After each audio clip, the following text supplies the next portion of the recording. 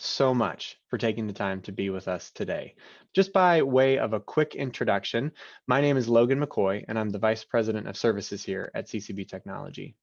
And then on the other side that I'm going to have with me today, even though he's not going to be doing a ton of talking, more so he's really going to be doing more on the Q&A side, is Jacob Turowski. Jacob has been with us for a number of years and is currently in the role of Director of Enterprise Architecture. So actually jumping into what you're here for us to actually talk about today, which is why securing Microsoft 365 actually matters. And honestly, if you're on this session, if you've taken the time away from work and your busy schedule to already jump into this, I'm assuming that for you, there's something already of relevance to this, something that was intriguing to you of why it's important overall that we need to look at securing our Microsoft 365 tenants that we have. And for you, it might be because of some kind of personal experience, right? Whether it was an executive or a CEO who had compromised credentials that came through a phish attack or something that led to an account takeover. It could be any number of those things, right? But something that you have yourself that you know, I really need to look at potentially, and not just potentially, but also how I can actually secure my Microsoft 365 tenant. And while those personal stories are really good, and I'm sure many of us have them in different ways, what I actually want to start with are just some good overarching statistics. People laugh because if you've ever been on any webinar I've ever led, I love numbers, I love statistics, and I thought, well, I'm not going to do anything different here because I think in many ways this tells a story that we can all probably relate to in some way, shape, or form, but puts it on a more macro or just a grander scale. So the first one is that 91% of cyber attacks start with an email. Again, 91%. So we're not just talking more than half, we're talking the majority of all cyber attacks actually start with an email. And if you think about it, it makes sense. It's easy to spoof an email. And it's easy to whether that email that includes a payload or it's just maybe trying to direct a user to enter their credentials somewhere so that they have access to that now. It's relatively easy to do. But the reward that you can get if you do this well and it does actually expose something can be pretty catastrophic for the organization and pretty beneficial for the threat actor, right? So it's kind of that path of least resistance, right? Being able to actually come in really easily with something that doesn't take a ton of time to set up, with something that is potentially going to have a really big payoff, is why this number to me is of no surprise. Another really interesting statistic, though, is that 85% of organizations back in 2020 were hit by some kind of phishing attack. And I wasn't able to get the number for 2021, but I wouldn't be surprised if that number isn't higher. Because as much what you saw in the very first statistic there, that over 90% are happening through email, it's no surprise then that 85% of organizations were hit with some kind of phishing attack. And in many of those cases, what you would want to look at and see and hopefully is that those were thwarted, those were mitigated, so on and so forth. But that statistic alone speaks volumes to me of how common this is and why we're seeing this so much through email, which for many of us, what that translates to is Microsoft 365. But what this all leads to, right, of where we're actually talking about dollars, and the last statistic that I have is that back in 2020, the average ransom fee that was paid was $200,000. Now, as an SMB, which we are ourselves, we're roughly around 50 employees. So as an SMB, I know that if we had something like that, even if it wasn't ransomware, but something unexpected where we now had to shell out $200,000, that would be a big hit to our bottom line. And that's the reality for many of you on this call, especially if you're in this space, is that if you had something like this where it wasn't just that you now had to pay this, but it was also that in that interim, you didn't have access to your data or your entire systems were down. And then what that exposure looks like to your client base or to your peers, right? Which is why that I've often referenced this statistic in other webinars, but that 60% of SMBs that do experience some type of attack, so like a ransomware attack, go out of business in 6 months. 60% of them are over half, right? And it's no wonder when you see statistics like this, where from an SMB, you're paying on average over $200,000. So as we look to different ways that we can secure Microsoft 365, before we jump into those, what I really want to do is I want to say two really important things. One is that what I'm going to go through is not an exhaustive list. In many ways, I don't know if you ever can exhaust it, right? It's kind of like the game of golf. You can always improve. I don't know if you can ever master it, though. It's kind of the same thing here of where I think there will always be something that you can do in addition, right? And so I don't want to in any way say that if you do these, you're guaranteed, you're never going to have an issue. But really what I hope these will be are, if you do these and even just one of these, it's going to massively improve your overall security posture. And so what I've put within all of this is just 5 key ways that I believe you can go about securing your Microsoft 365 tenant. And again, I believe that if you do even just one of these, you will massively improve your overall footprint from a security perspective in leaps and bounds. So the first one, and the one that really should go without saying, is implementing multi-factor authentication. Now, a lot of ways of what you're going to see that's going to come next in different things is going to involve things that actually do require engagement from your users, right? But in this case here, outside of the implementation and that whole process of setting up MFA, the beauty and the point of all of this is that this really isn't going to be relying on your users being able to spot a phish attempt or some type of spear phishing attack type of a thing, because MFA is implemented and it's there to act as that safeguard. And for those of you that, I'm assuming most people on this session know, but for those of you that don't, multi-factor authentication is basically just what it says in the name. It's creating different points or multiple factors in which you authenticate your identity as a user. So an example for this in I would say not the business world, but maybe the personal sense, is if you ever go to log into a specific type of, let's say, a banking application or something that you might have on your phone like LastPass, and you have MFA set up or they just automatically require it, you might get something like a text message, you might get a push notification. That's essentially what multi-factor authentication is. It's identifying you as the correct user in multiple ways. And where this is really helpful is because if credentials are actually exposed, let's say something happens where someone does inadvertently expose their credentials, or let's just say you don't have a great password policy and because of that someone does a brute force attack or something where they're able to basically figure out what the password is. If they go to log in and you have MFA enabled, even though they actually have the password and they get past that first point of authentication, they won't get past the second because they don't actually have the multi-factor authentication on their end to do that, right? So it's basically what it is in the name. And the really great thing about doing this within Microsoft 365 is that if you have Microsoft 365, you have the ability to do this for no additional cost.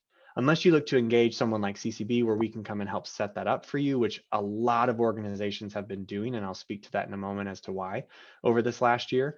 But unless you do something like that, or you do something with conditional access that I'll mention in a moment here as well, there's no additional cost for you. You're actually already paying for it. So if you don't have this implemented, at least from a 365 perspective, you're actually paying for something and not getting the benefit for it. So not only would I say is this one of the most effective ways to secure your 365 tenant, it's also going to be one of the most cost effective. If you're really just looking to do it carte blanche all the time, everybody has to authenticate when they're logging into Microsoft 365, which is great. And in addition to that, what this also does is it gives you a number of different ways for you to be able to authenticate, right? You can do it through a phone call, a text message. What we really recommend and what we actually do internally is we actually do it through the Authenticator application. And what's awesome is it just sends a push notification. So if I go to log in, which I do anytime I'm going into my admin account, or if I'm not at a place that we have listed as a known location, more or less, or a known IP, then what it's doing for me in that regard is it just shoots me a little message on my iPhone here, and it just says, did you actually approve this? Like, are you actually signing in? And I can say deny or approve, and then I'm logged in. So once it's set up, it takes me less than 2 seconds for me to authenticate and push through. So a concern oftentimes is like, it's another step. Is this going to be a barrier? And it's not. It's honestly, from a user perspective, not a barrier. And there's a number of ways as well that if somebody loses their phone, if they don't, have the original way that they typically authenticate, that you can set up backup methods or ways to have essentially an emergency way to get in, so that if that happens, you still are able to access that, right? And so again, what's really great within all of this is that you can utilize this solution that's already in your 365 tenant. Now, just a couple key things to note with this. I mentioned maybe just a moment ago it was around conditional access.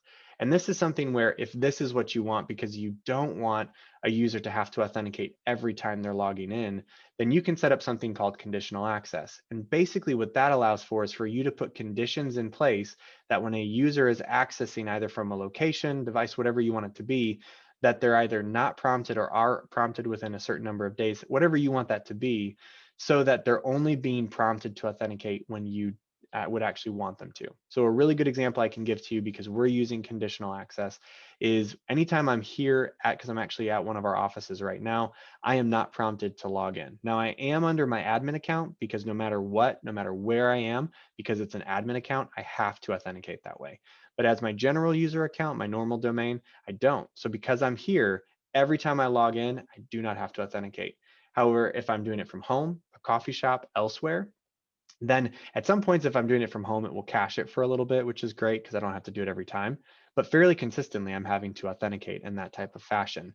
So again, the whole point behind this is the company is expecting, hey, you're behind our security network, you're behind everything that we have. We don't need you to authenticate here, which is nice. But in these other areas where you may have greater exposure and greater vulnerability, we want you to authenticate every single time, type of a thing.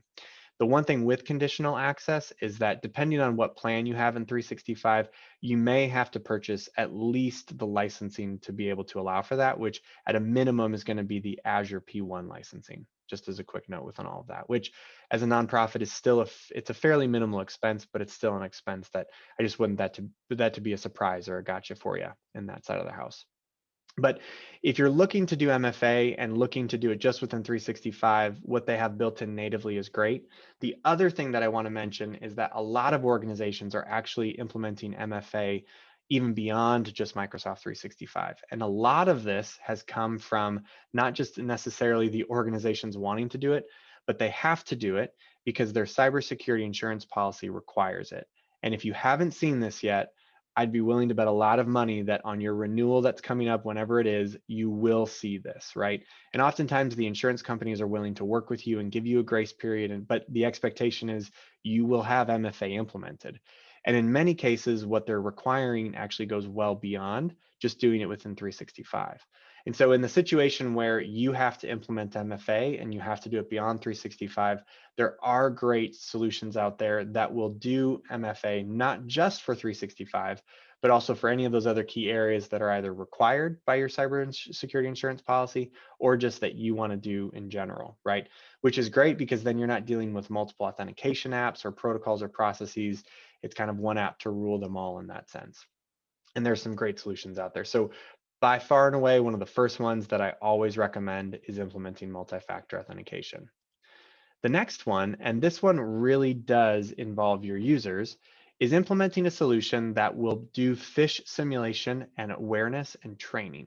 So oftentimes you'll see, right, where a phish will come in, if this is a legitimate phish, right, and a user's notifying you and saying, hey, this is coming from somebody that I do know, but this looks to be a spoofed email address, so on and so forth, right? And if you thought like, I really want to find a way to train my users, and it makes sense because your users are the greatest target. They're not, they being threat actors, are not as much trying to get access through your firewall or things of that nature.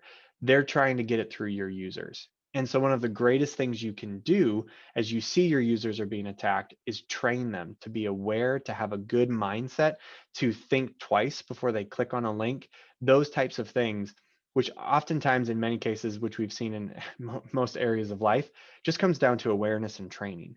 And this is no different.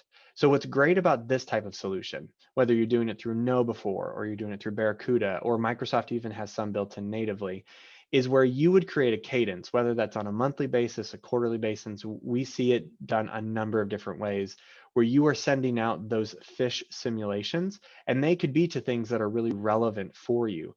So it doesn't just have to be a standard, hey, put in your Microsoft 365 password, even though you can make those look really legitimate. You can actually build those out. And I've done this for applications that are unique to CCB. So we use ConnectWise as our PSA. I've sent them out for ConnectWise. We've used Intacct in the past, and that's Intacct just for finance. I've sent them out only to finance in the past. Things like that, where you can get really specific and granular and beyond just something general, where you can really test your users, because this is what people are going to be targeting them on. They're going to be targeting them on if they can find out what applications that you're using on those actual applications, and especially on things that are going to have financial or private type data, right? Because if they can get access to that, they know they have a ton of leverage, right? So part of this is obviously that actual awareness and doing those simulations. But the other key part here and why it ends with it is training. And that's what's great about a lot of these programs and these solutions that are out there is that you can automate that training. So when a new hire comes in, you can automatically have it so that they receive an email and they start getting that training so that they can again begin to develop that awareness and that security mindset. But then you can continue with that training. And that training can be based upon, okay, I've got a bucket of users here that are click happy and they just don't do a great job. And I have them going through additional training to make sure that we improve their overall awareness so that we can move them out of this bucket that I have them in and into more of what our general population is as employees that are fairly aware and do a good job of spotting a fish. But in addition to that as well, then you can just do ongoing training because again, what you're trying to create, which just all that requires essentially is good consistency, is that you're doing that on just that, a consistent basis, right? So this is another great way, and you can do this either internally with some native Microsoft tools, but oftentimes I would say I would recommend these more in some of the third-party applications that are out there and solutions because that's all they do. And they do a phenomenal and fantastic job with it, right? So this is a great way to really help secure your overall, not just even for 365, but your environment as a whole, because again, your users are the primary target. The third, and one that if you're able to do this yourself, costs you absolutely nothing, is effectively or properly managing your administrative accounts in Microsoft 365. Microsoft recommends for each organization to have around 2 to 4 different accounts, right? So that could be 2 or 4 different people basically that have things like global administrative privileges. To try to not to exceed that, but that's what they typically recommend. But a really important thing is just managing and maintaining those really well. Because even for ourselves, as we came into a lot of Microsoft 365 and we're a huge 365 partner, have to maintain those on a very regular basis and have to consistently come back and say, does this user actually need this amount of access? Or can we go in and give them a, kind of that whole least privileged type mentality? Can we give them less access, but still give them what they need? Because there's something kind of in the middle between a full-blown admin, a true GA account, and then just, a standard user type thing. But by you going in and actually properly administrating those, by making sure that if nothing else, those accounts have multi-factor authentication on them, you are definitely improving your overall security posture. And there are times as well where you're going to have certain employees that need limited admin access for just certain tasks. And this is where privileged identity management allows you to lower your exposure and minimize risks by giving you the ability to assign temporary admin status to specific users, for example. So you can control that access based on the information each user needs and the length of time that they are required to have those admin privileges. So there's some great stuff out there as well, not just about making sure that the users have it, but also actually being able to give them access that they need for a designated period of time, but then that doesn't just remain there indefinitely and create potentially not just a gap that if that user is compromised, but now they're compromised and they have higher level credentials that expose your organization even further. And again, what's fantastic about this is that within those first two, oftentimes you probably are making some kind of investment. This really 9 times out of 10 costs you nothing, absolutely nothing to do. The fourth one, and the one that I will say is very, very, very quickly becoming one of our top recommendations, and I will say this for the most part is oftentimes requiring an additional investment, but it's worth it, is ATP or Advanced Threat Protection.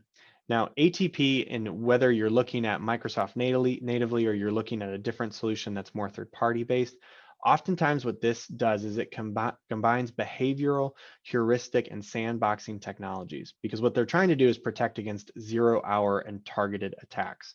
So Advanced Threat Protection, or ATP, basically what it's doing is scanning email attachments like that in real time. And then those suspicious attachments are detonated in a sandbox, for example, to observe that behavior. So this is where, hey, it's great to train your users, it's great to trust them, but it's also really great to have a solution like this in place that says you're probably still going to have an incident where a user accidentally clicks. And honestly, coming back to that thing with the fish simulation, one of the things that happens the most is that users are moving too quickly. The second that they click on it, they realize, oh no, that was not an actual legitimate email and I was just moving way too fast. And that is often what happens. It's not that they're they're not aware or they're not trained. It's that they're moving too quickly. And so one of the biggest things we see now that's actually helpful in that kind of training, just to jump back to it, is to remind them, slow down. And before you click on it, double check to make sure that that is actually correct, right? But in that, even by trying to create that type of culture and even by users becoming better at that, you are still going to have an incident where a user clicks. And it would be really great to know, right, that what's happening on the back end is not only have you now trained your users on the front end, but if that does go through, well, what ATP is actually going to look and say and do is before that might even get to the user or before that does, it's then going to take that and do this testing to make sure that it's actually a legitimate or a non-malicious type email, right? Before it either releases that or if it does, what it then does in real time, right? So ATP, as an example, includes solutions like that. It has things like malware protection, spam, inbound, outbound type of a thing. It has impersonation protection. So this would be to like help prevent spear phishing attacks or stop zero-day attacks or detect web impersonation. And that's a really powerful and incredible tool to have as part of this, because oftentimes what you're seeing in this is just that, those impersonation or account takeover type events. And this is where, when you do see that account takeover, we just had this with an organization actually last week where one of the users' credentials were compromised and they didn't have an ATP solution in place. So what did end up happening actually was through this account, 5,000 emails got blasted out. And when that happened, one of the first questions that the client asked us when they were coming to us is like, hey, how do I disseminate out to all of these people that receive this email to not click on it, to not move forward with it, because this is definitely a malicious email that came from a legitimate email address inside our organization because our user's account was compromised. And one of the great solutions that's actually built into something like ATP is the ability to notify external recipients in a global manner very quickly. So it's targeting just those users that you know received that and were exposed, to say, hey, please be aware that this user's email address and email account was compromised. You would have received this email with X, Y, and Z. Please do not click on this. If you do, please make your IT department aware immediately, type of a thing, where it automates and creates workflows to help streamline that process so that you're not having to go through 5,000 different email addresses and figure out who to send that to, right? Because when that happens, speed really is the name of the game. Accuracy matters, but you really just want to make sure you get that out as quickly as possible to stop that spread, because that's one of the worst things, especially if you're sending that to one of your clients and they click on it, right? And so having solutions like this in place that as an umbrella falls under that advanced threat protection, but includes things like what I was mentioning there that would kind of be under the, the feature set of account takeover type stuff, is a really great thing to have. And in addition to that as well, there's things that are going to be baked in around encryption and DLP and data loss prevention, right? Which really all just harken back to really looking at a solution that provides a more holistic security footprint for your Microsoft 365 environment. So again, those things that really do include malware, inbound, outbound spam, AI-based approaches. So we're seeing that a lot more across a number of different solutions, but artificial intelligence that's not just going off of something that's file or signature based, but is truly analyzing it for what it is in real time and stopping that threat real time, even if it's not been identified, kind of in the ether as malicious type of a thing. So ATP is a great way to go. And last but not least is implementing a mobile device management type solution. And what's great is that Microsoft 365 actually offers a built-in MDM solution. So especially if you're doing this from a phone perspective, a true mobile device, thinking your phone, which most users have, and most users, it's their personal device, right? But they're accessing company data on that. Having a MDM solution in place where you can go in and at a minimum at least wipe your data off of that device, right? Because if for whatever reason the user loses that device and it's exposed, or you want to make sure that certain policies are being pushed to that so that if they do lose it, it's not inadvertently exposing it, or that if it's, a disgruntled employee and they need to be terminated and therefore you need to wipe this as quickly as possible, are all legitimate scenarios that are handled very, very well through a good and effective mobile device management solution, which again, Microsoft 365 actually has a really decent one built in natively right there for you. Now, if you're employees are using like their own devices, so let's say even beyond, whoop, this is what happens when I don't move, my lights turn off. in my office. So if they're using their own laptops, if they're using their own tablets, if they have applications in there besides just what you've given them access to, then solutions like Microsoft Intune are great for this as well.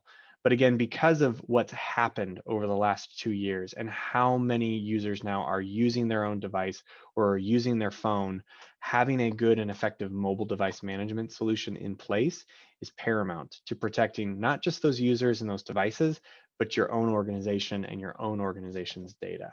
So definitely last but not least is mobile device management.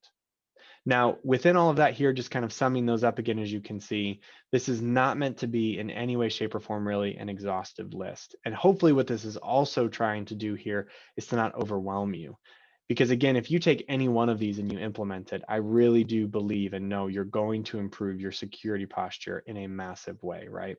So whether it's doing it through an MFA solution, whether it's doing it through phish simulation awareness and training, whether it's doing it through properly managing the administrative accounts in your 365 tenant, implementing an ATP, ATP or advanced threat protection type solution, or an MDM, mobile device management, all of these will be massive improvements in helping to ensure that your 365 environment, and especially as we see it around email, is as secure as possible.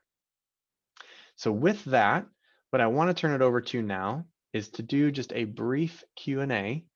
One of the questions here that we kept behind that just thought it would be helpful for everybody to kind of know and have and see is, so speaking of third-party ATP solutions, who would you recommend? So one that we would recommend and one that we often implement for the clients that we work with is the solution from Barracuda. So many people would know it as their Cloud Essentials solution, and that's going to include a number of different things within it. It's going to have a lot from an ATP side. It's also going to have a cloud backup solution built in. Depending on what you go with, it also has a compliance feature, so things related to archiving and stuff of that. So it's a really great solution. And we would say that Barracuda in many ways is the leader in this because of how they've tailored it, structured it, their different offerings within all of it. So Barracuda is a fantastic solution. There are others out there like from Acronis, and Mimecast and so on and so forth. So there's a lot of really good options out there, but the one that we recommend and the one that we see a lot is Barracuda. And then, so another question, which is also kind of related to a vendor side, is same thing, but for multi-factor authentication. If you were looking to do this for more than 365, so if you were looking to implement this for the organization across the board, who would you recommend? For us, the very clear one for that is WatchGuard. WatchGuard in many ways is a preferred vendor for us in, I would say, perimeter security, so talking about firewalls, securing your wireless environment, so wireless access points.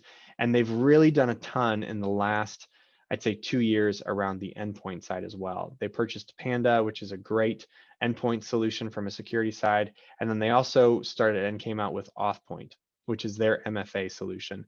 And that is a fantastic solution that we've implemented for a number of organizations that works very, very, very well across the board. So that would be another one that that we would recommend from that side of the house. WatchGuard is a very, very clear runner.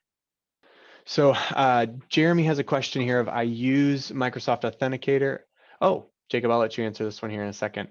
I use Microsoft Defender for 365 spam quarantine. I've been having a hard time with things like spoof intelligence, flagging lots of valid emails. Any recommendations on allowing mail to flow without unwanted things getting through? Jacob, can I give that over to you if you want to give an answer to that one? Yeah, so that one, part of what we're seeing is we've been rolling out a lot of the AI type functionality, and the scanning portions of stuff. It is really starting to dig in and flag a lot of those emails and put some rules and things in place. We've seen that as well in a number of email setups and configurations where there's some things getting flagged, false positives, and so some of them have been as simple as setting them up, and marking, hey, this is a false positive, submitting it for review, and it takes 2 or 3 times, and then it starts to develop a better pattern there. We have seen some other ones where we've had to do some pretty significant tweaking of what those rules are. So your default inbound rules, spam protection rules and things like that, doing some significant adjustment and adding some additional rules in there. So we've kind of split out, some of those base rules cover, anti-phishing, anti-spam, and a couple different categories. And so splitting those out into their own individual rules so that we can do some more effective whitelisting. So as an example, maybe there are particular keywords and things that a particular message is flagging that you wouldn't want to necessarily do globally, but maybe from like an anti-spam perspective, you loosen that policy a little bit while still letting things get flagged for like potential phishing. So those ones are a little bit tough because everyone, is variable there. But we have seen where it does take a little bit as you tweak those rules to then kind of let them take effect. So hard to say, Jeremy, there, if, depending on what you've all looked at and how long you've had that, if it's been a long enough period of time there, but we have seen where we had to make changes and kind of let them kind of soak for a little bit before it starts to kind of pick up on what's happening. And then the other one, like I mentioned, would be splitting up those rules so that you can be a little bit more granular in those specific sections. So anti-malware, I want to do these set of exclusions or things like that. Yeah, so if you're talking there, composite authentication in relation to like DKIM, SPF, and those type of things, those are a lot of ones we're seeing, as well as 365 is getting more stringent on what it's looking for. So it wants a DKIM signature and those type of things within the messages. We're seeing a lot of that as well. So your DMARC, your DKIM, and those SPF records, if you have one of those, but maybe not all of them, messages getting flagged as well. So those are ones that tend to be tough because, a lot of that inbound mail isn't necessarily within your control. If someone doesn't have valid DKIM and DMARC on their domains, there's not a ton you can do there. So few things there that are kind of tough. So Tim's question here, do you have any customers using Microsoft's attack simulation training? So no one that we've worked with recently, so it is relatively new. So those of you that haven't seen it, KnowBe4 is a big one out there that has a ton of options, as Logan mentioned, for doing simulation training, phishing training, and things like that. Microsoft, within their whole rebranding to Defender and consolidating and moving things around from security and compliance into the kind of that Defender moniker, does have a new training one. We haven't really delved into that too much yet, Tim. There's another one too here that came in from Keith around, is Microsoft Authenticator sufficient for MFA?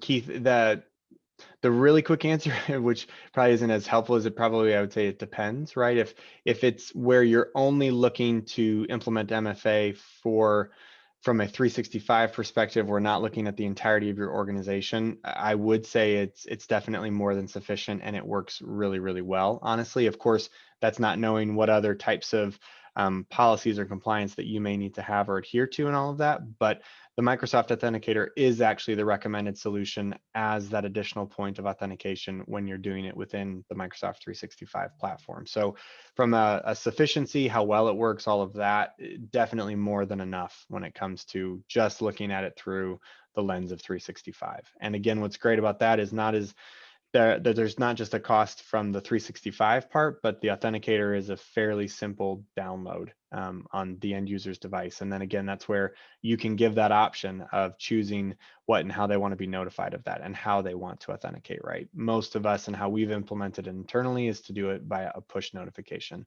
because that's one of the easiest ways to do it. One of the biggest things to know and be aware of within all of that is, if you've been in 365 for a while, you may have seen or known things around whether it's what in the past was legacy authentication, and now we're talking more modern authentication, right? And so a lot of times when you're implementing the Microsoft 365 and the MFA solution, the issue isn't as much enabling it or implementing it, even when you're doing the conditional access. There's a little more complexity to that. But if you're not, the enabling of that isn't the hardest part. The hardest part is if you do have people who are using legacy authentication. So, example would be a CEO that's using the Apple Mail.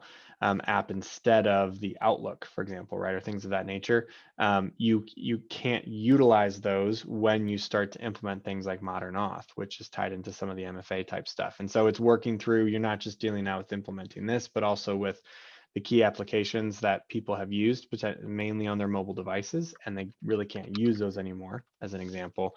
But then just the actual implementation process of it isn't as quick and as straightforward at times when you're going through and actually implementing the MFA solution on a user by user basis. The overall turning it on, normally not really the challenge.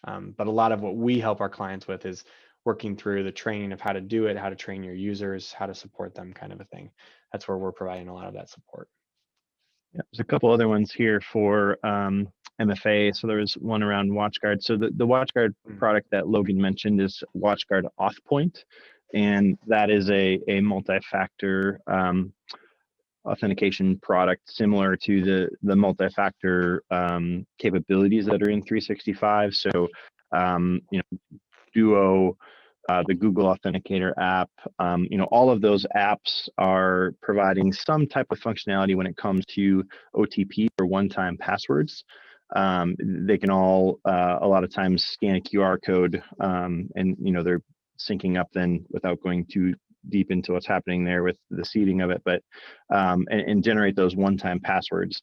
They then have different capabilities within there depending on the system to do those push notifications. So there was a question in there about WatchGuard. So that is one of the ones that we use for things, as well as then the Microsoft one.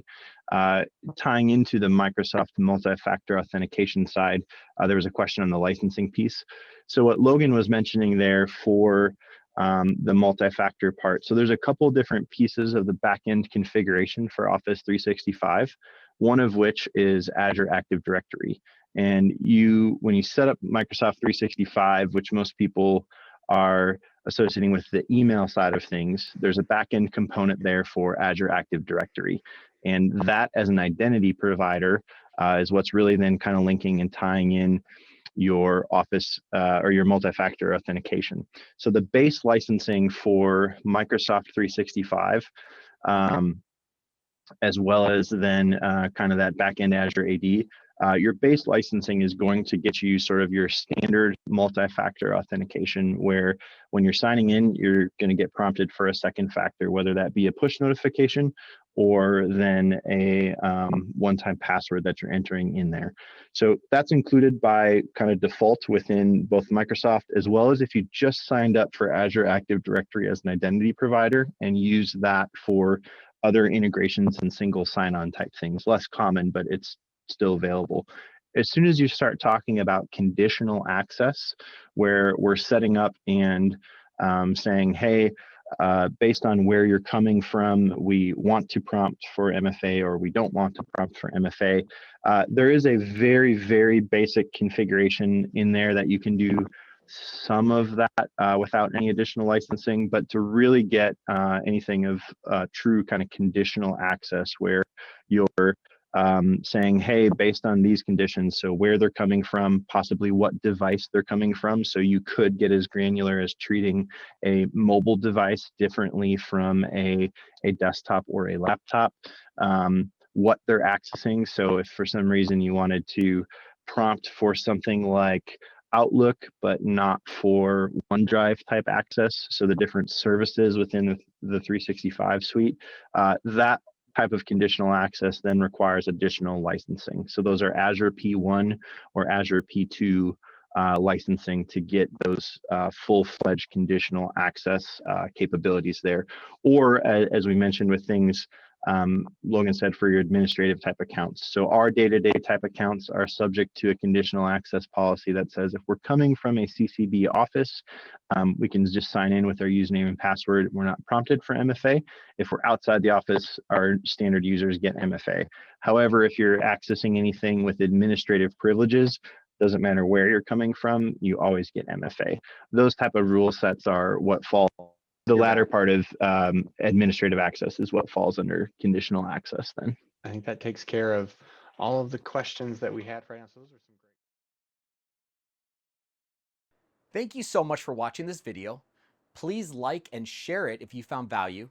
And make sure you subscribe to our YouTube page so you can stay up to date and current with all the videos we release.